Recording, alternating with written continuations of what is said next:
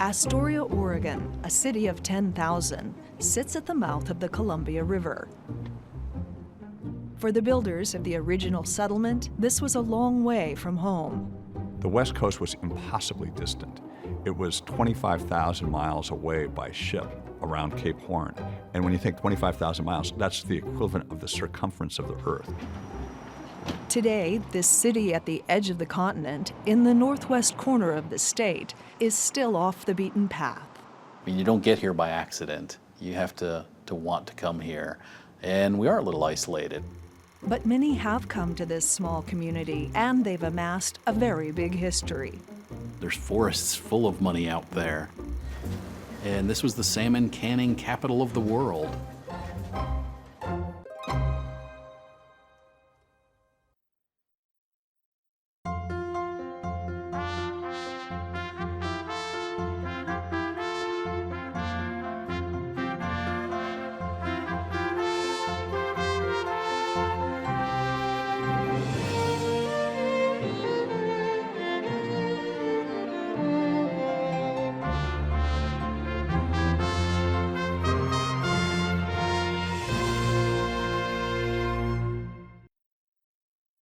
Funding for Oregon Experience is provided by Arlene Schnitzer and Jordan Schnitzer, the Robert D. and Marcia H. Randall Fund for Lifelong Learning, the Clark Foundation, and viewers like you. Thank you. It's a tremendously significant story that's been largely overlooked. The lower region of the Columbia River has been home to Chinookan people, Clatsop, Katlamets, Wakayakoms, and others for thousands of years.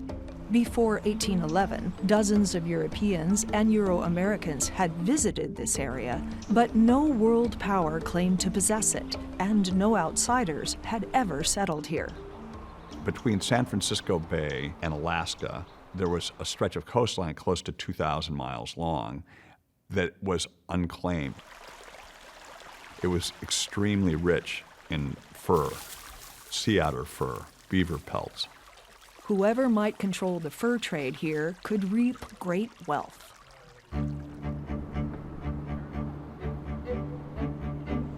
In 1811, a small party of Canadian trappers and boatmen journeyed down the river.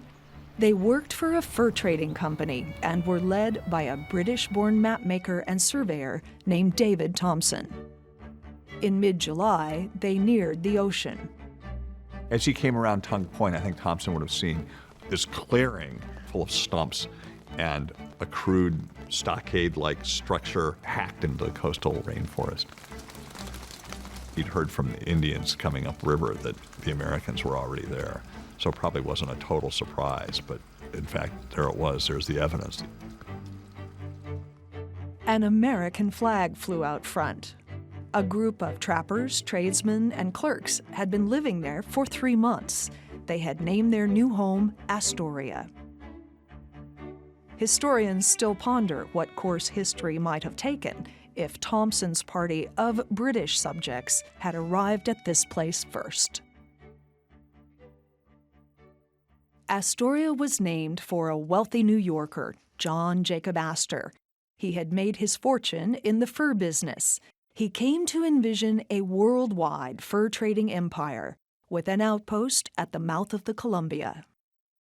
This would be the point where the furs would be funneled in from the entire Columbia Basin, from the entire western part of North America. Astor funded 2 expeditions to establish that outpost, one by sea from New York and the other overland from Montreal. Both parties met with trouble. He had chosen a businessman, Wilson Price Hunt, to lead the overland expedition. One big drawback about him is that he's never been in the wilderness before. As winter approached, Hunt and his party found themselves cold, hungry, and lost.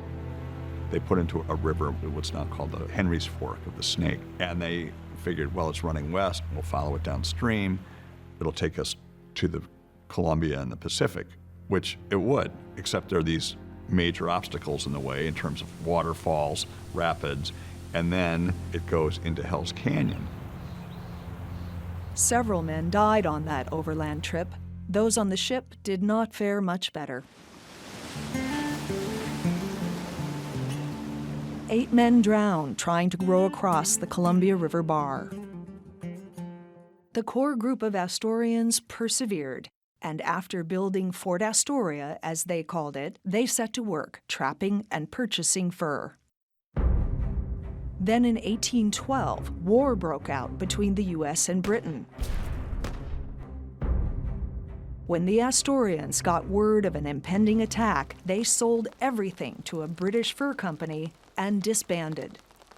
And then, as it turned out, a group of them who returned overland, they ended up finding what became the route of the Oregon Trail. In 1846, the U.S. and Britain divided the territory between themselves. The United States got what became Oregon, Washington, Idaho, and more, largely because the first white settlement in that region had been an American settlement called Astoria. Astoria really came to life and began to grow in the 1840s and 50s. It would prosper, not from the fur trade, but from resources far more plentiful and more valuable.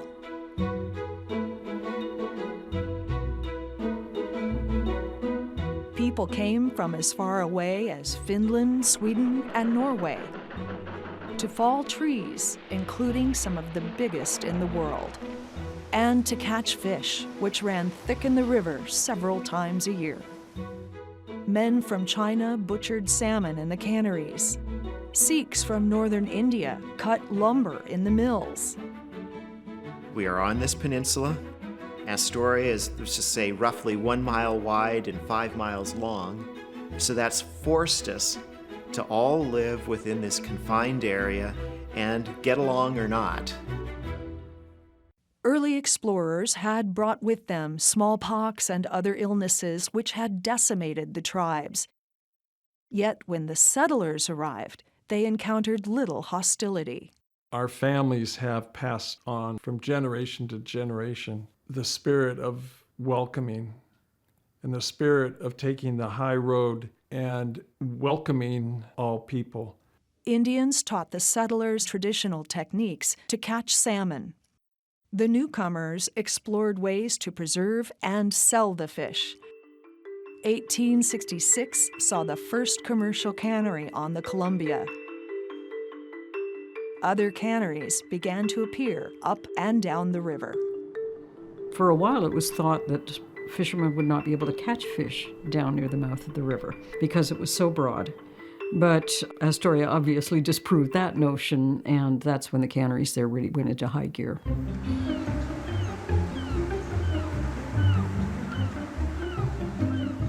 Astoria's first cannery opened in 1874.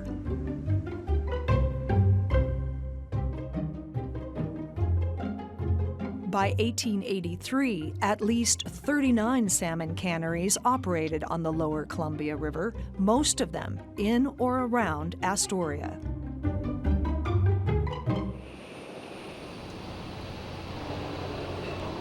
What they started doing was recruiting people to come from the East Coast first, and then they started recruiting immigrants to come to the United States. The U.S. government participated in a lot of fisheries expositions back in the 1870s and 80s, encouraging people with skills such as fishing to emigrate to the United States to provide a fishing fleet here. Hundreds of people from Scandinavia came to Astoria. Some worked in the woods, but most fished for the canneries.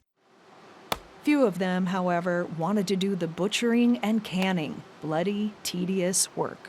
They started importing Chinese crews.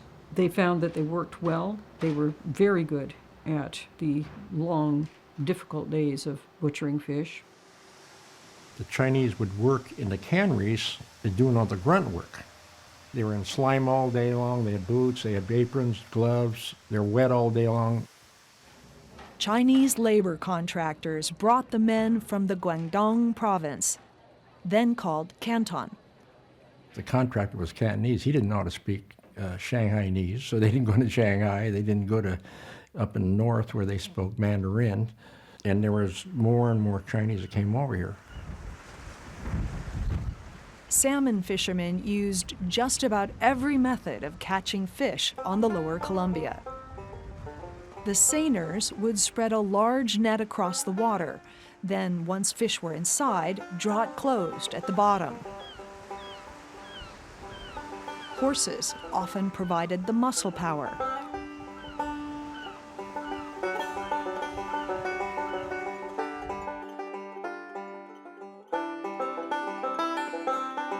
Fishers also caught fish in traps and with hook and line. But overall, gill netting prevailed. Gill netters dispersed wide mesh nets into the water, entangling the fish that swam into them. The working gill net boats with sails full of wind made a beautiful sight on the water. At one time, more than 2,200 of them worked the lower river. Locals called them the butterfly fleet. The canneries owned most of the gill net boats, and the fishermen dried and repaired their nets on the company piers. The old-style boats were eventually replaced by more efficient motorized vessels, and the butterfly fleet disappeared. Because there were so many brand names in those times, they vied with each other for the most beautiful looking labels, the ones that would be most attractive on the shelf. As a result, you have some absolutely beautiful works of art. My favorite is Gladiola brand. Columbia River made its reputation on the spring and summer pack, the Royal Chinook. These are fish that spawned clear up into the Kootenays and the Arrow Lakes up in Canada, and they were enormous. 50, 60, 70, 80 pounds, even 100 pounds. Just enormous fish. They would spend, as many as 8 years in the ocean, putting on all this weight because they had that long, long trip to go back, 1,200 miles from the mouth. The 1880 census shows that 1 out of every 3 persons in the county was Chinese. Just 2 years later, Congress passed the Exclusion Act, barring Chinese workers from entering the U.S. So the packers looked elsewhere. They imported other labor from other countries. They started employing more women. A few years into the canning boom, a new concern moved through the fishing community. There was real fear very early on in the 1870s that the runs of fish were going to get fished out. And they had good reason to think that way. Polluted water and lost spawning habitat were taking their toll. So was the heavy harvesting to supply the canneries. The cannerymen, I think, were fairly far-sighted. At first, I think they were in it just for, I'm going to make my pile and get out of this. But they began to realize they really had a long-term investment. Cannery owners sponsored the first hatcheries to raise and release young salmon into the streams. Fishermen advocated for fish ladders in new dams to protect adult salmon's travel upriver. But it was the arrival of albacore that saved the canning industry, at least for a while.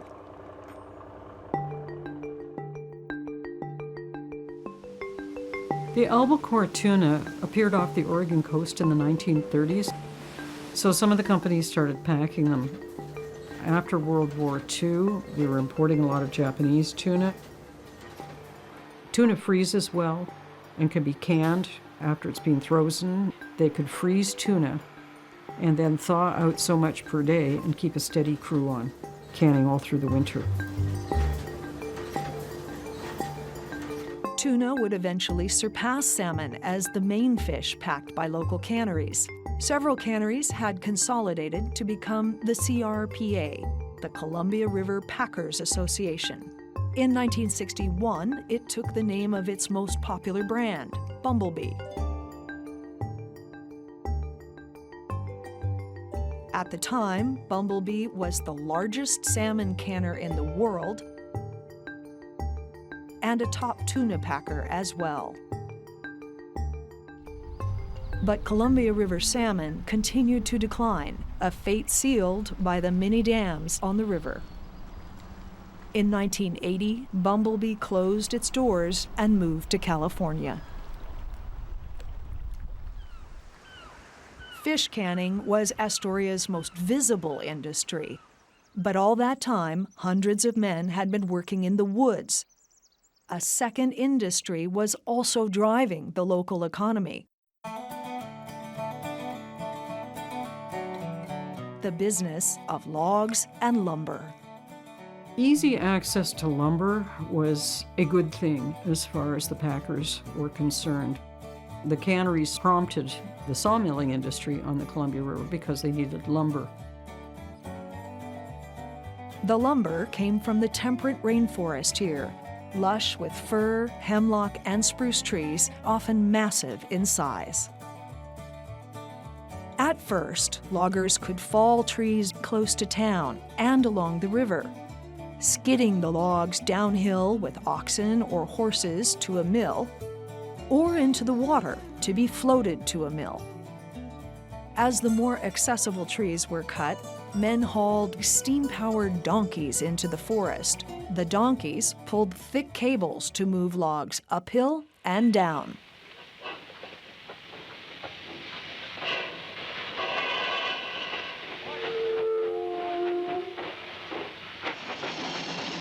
Track was laid deep into the woods for small locomotives. They would haul great numbers of logs out.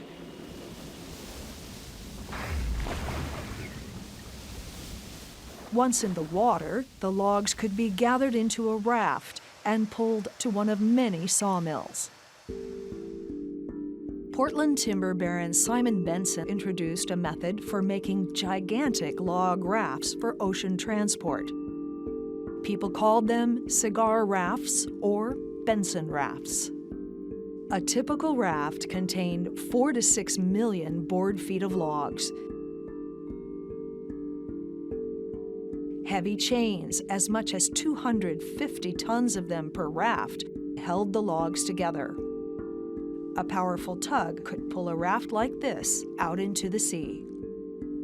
They'd go to San Francisco, to San Diego even, and just that notion of some boat towing this log raft down the ocean, down the coast is amazing to us today.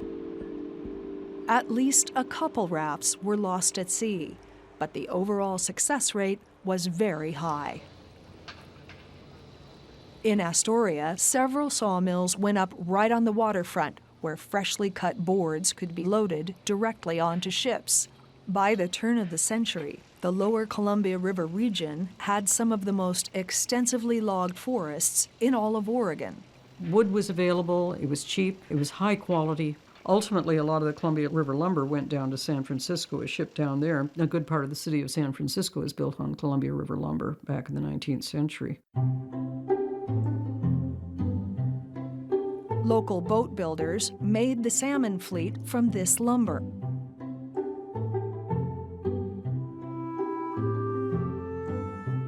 And of course, plenty of it went into building Astoria itself. There isn't much dry, flat land along the river here. Much of the early construction occurred at the water's edge, even suspended out over the water. The buildings and even the sidewalks and streets were made of wood, and the several blocks nearest the river sat up off the ground on wooden pilings. Astoria, at the turn of the century, tried rather unsuccessfully to call themselves the Venice of the West, because you could pull a boat in and go beneath the buildings and come up, in an area and then get off and go to one of the buildings. All of this wood and the way the town was built would create some unexpected consequences in the years to come. Astoria's location would appear to be a perfect setting for a major international port. Though any ship entering the river must first find its way across the bar. About 7 miles downriver from Astoria, the Columbia plows into the ocean and meets the Asian currents head-on. Powerful winds whip through the air, and shifting sandbars below the surface threaten every ship. History has recorded the loss of at least 700 lives here. More than 2,000 vessels have wrecked on or near the Columbia River Bar. It's earned the title Graveyard of the Pacific. The Corps of Engineers built a massive rock jetty on each side of the mouth to direct the river's flow. And dredges began to work year-round to keep a ship channel open. It's still a constantly changing environment, and without somebody with local knowledge, you're very likely to run aground. And for years, every ship has brought a specialized pilot aboard. The bar pilots take over the helm of the ship and bring the ship safely across the bar. Crossing the bar has become much safer than it was a century ago. Enormous quantities of logs and lumber have shipped from these piers. Freighter after freighter has been loaded with Oregon wheat flour.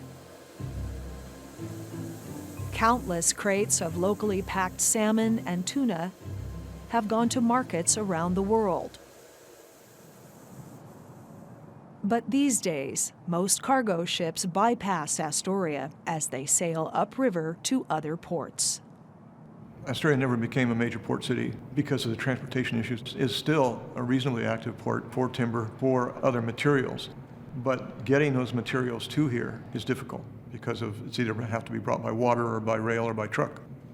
Historically, the roads in and out of Astoria were not the best. The topography of the Coast Range is extremely rugged. It took years and years and years before even the barest trails and roads were made. No railroad connected Astoria with the inland until the 1890s. Steamboats carried passengers and freight between Astoria and Portland. Families would come and spend weeks at a time, and the fathers would come down on the weekends by ferry. Very interesting, different way of travel, where travel was part of the process, not an impediment to getting there. Some of the more seaworthy steamboats offered service up and down the coast as well. But eventually, the steamboats gave way to the railroads. Burlington Northern had 8 to 9 trains a day going back and forth between Portland and Astoria. Those trains were a mix of passenger and freight cars. Some tracks went right out onto the piers. Good highways did eventually connect the city to other parts of the state. But to get to Washington, 4 miles across the river, drivers still had to take a ferry. A bridge went up in 1966. But Astoria continues to seem a little apart from the rest of Oregon. But it's also probably the reason why this area has maintained its character as well over many, many years.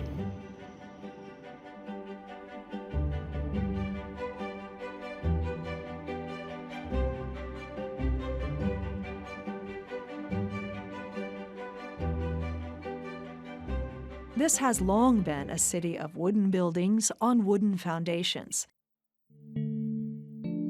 And Astoria has had its share of fires, but only one like this. Astoria burned in 1922, in December, on the 8th, and the fire was so devastating. People had to rework their whole lives. The fire in 1922 spread really quickly because everything below the buildings is hollow. So if the block over here is catching fire, the fire could pop either below the street or even below the block and pop up somewhere else. And the entire downtown caught on fire. We lost 30-some blocks. We had a few masonry buildings and we blew them up. in order to stop the fire, to create a fire block. And it worked. I mean, it stopped the fire from spreading up into the residential districts. That was pretty incredible. The whole town rallied to the cause of remaking and reinventing Astoria. There's this belief that we'll rebuild and things will be better. And that's been here forever. It's always been that mindset of Astorians that tomorrow is going to be a good day. Most of downtown Astoria was reconstructed promptly after the fire. The rebuilding period was capped in 1926 by the construction of the Astoria Column, a philanthropic gift to the city in tribute to its history and its people.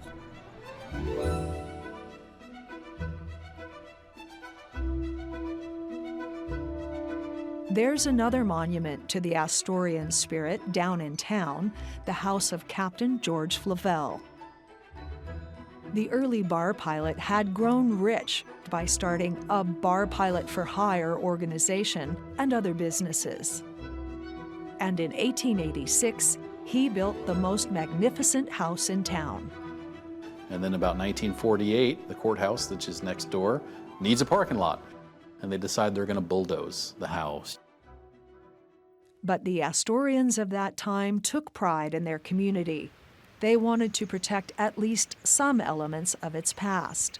And so they fended off the wrecking ball and restored the old Flavel house outside and in. And it's become one of the most popular tourist attractions in town. Astoria boasts a unique assortment of old homes, built in Victorian and other bygone styles. And there's now a lot of local interest in preserving them. We have to save these buildings because these buildings are created not only with incredible craftsmanship, but they're created with materials we're not going to see again. All these buildings are made from old growth wood. And in some ways, Astoria itself and its colorful history have become a resource for yet another local industry. We're going to become more and more dependent upon tourism and people retiring here because of the climate, because of the environment. And because of the history. We are the oldest permanent U.S. settlement west of the Rocky Mountains. And that's significant. Today, Astoria offers many museums, inviting visitors to come explore this would-be fur trading center. One-time timber town, salmon canning capital of the world. There's a great thing that the Chamber of Commerce or somebody put out about 1910, 1915 that refers to Astoria as the New York City of the West Coast. And there's this wonderful drawings of dirigibles and planes flying around and skyscrapers. And they were serious. I mean, they thought we would be the New York City of the West Coast. I mean, the audacity of a town of 10,000 on this tiny peninsula at the crossroads of the Columbia River and the Pacific to have those kinds of dreams, that's Astoria.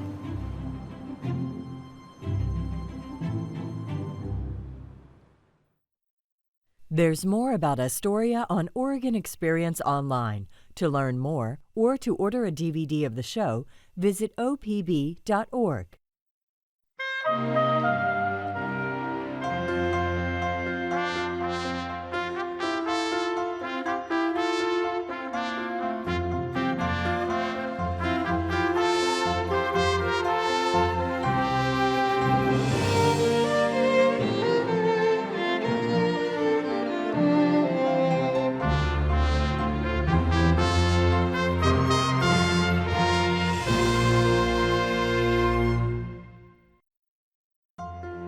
Funding for Oregon Experience is provided by Arlene Schnitzer and Jordan Schnitzer, the Robert D. and Marcia H. Randall Fund for Lifelong Learning, the Clark Foundation, and viewers like you.